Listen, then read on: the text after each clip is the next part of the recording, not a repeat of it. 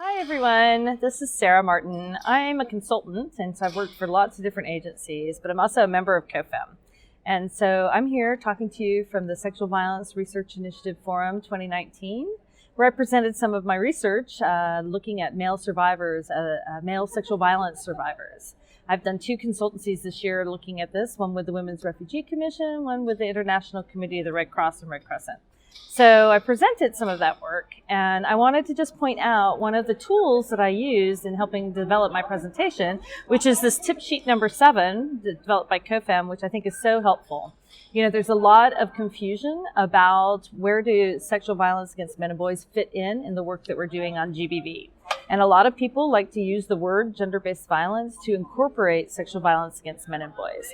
But that's a bit of a problem, because when we look at gender-based violence, one of the key root causes is gender inequality within society.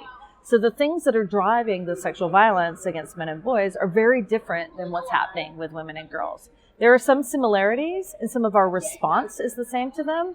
But if you really want to understand how to approach the problem and how to work on the problem, you have to understand the key root causes. So one of the things that we hear a lot about is this mythology, this myth, I would say, that somehow men and boys face more stigma as sexual violence survivors than women and girls do. And I think that that's wrong. All sexual violence survivors face a lot of stigma. And it's very difficult for them to come forward and to overcome the self-blame and the shame and the judgment that they'll receive from the community. That part is the same for both survivors. But what isn't the same is when we're looking at perpetrators, it's almost always male perpetrators for both groups, the men and the women.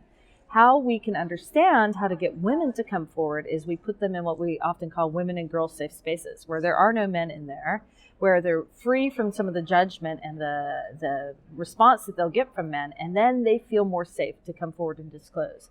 You can't take something like a women and girls safe space and just make it for men, because the perpetrators could be there in the group. So the stigma that drives them to come forward is going to be a completely different way that they will overcome it to disclose and seek help. But another issue is that we've also seen people like kind of trying to pit male survivors against female survivors. What happens to male survivors doesn't happen in isolation.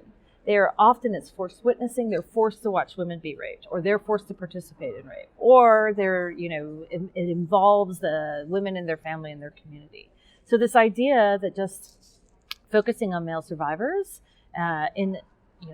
as in a vacuum will work, doesn't work at all. We have to have really strong programs that target women and girl survivors and that address gender-based violence for women and girls if we want to be able to also support male survivors as well.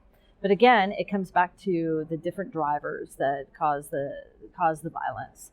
The violence against men and boys is not driven by gender inequality. It is with women and girls. And until we address gender inequality and until we fight for that, we will continue to see victimization and violence against both men and women. So that's why I'm a big supporter of COFEM, and why I think that we have to continue to challenge the patriarchy, to name it as it is, and to fight against it by promoting gender equality. Until we do that, we're going to continue to see violence against men and boys, by men and boys, and against women and girls. So I totally recommend reading the COFEM tip sheet here, the Feminist Pocketbook, to understand more about that. And I think it's going to really help you develop your programs, understand better how to do this work, and move forward to support women and girls.